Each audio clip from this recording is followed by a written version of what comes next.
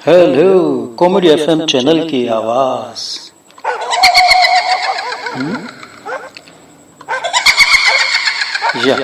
ये कैसी आवाज आ रही है?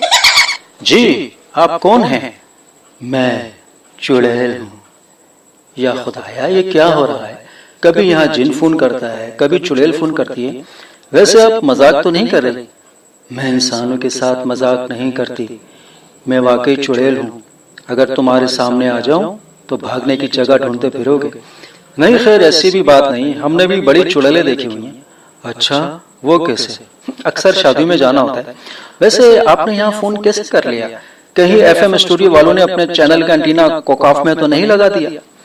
कोकाफ तो तुम इंसान सिर्फ अपने ड्रामों में ही देख सकते हो। हकीकत में तुम इसकी हवा भी नहीं छू सकते। अरे छूने वालों ने तो जाकर चांद भी छू लिया है। कोकाफ क्या चीज है? कहिए, आपने यहाँ फोन कैसे किया? दरअसल मैंने इंसानों की बस्ती में किसी को आपके यहाँ फोन पर अपने दिल की बात कहते सुन लिया था, तो सोचा मैंने क्यों ना अपने दिल की बात आपसे पूछ लूं। जी जी जरूर, हवा के दोष पर आप जो पूछना चाहती हैं जरूर पूछें।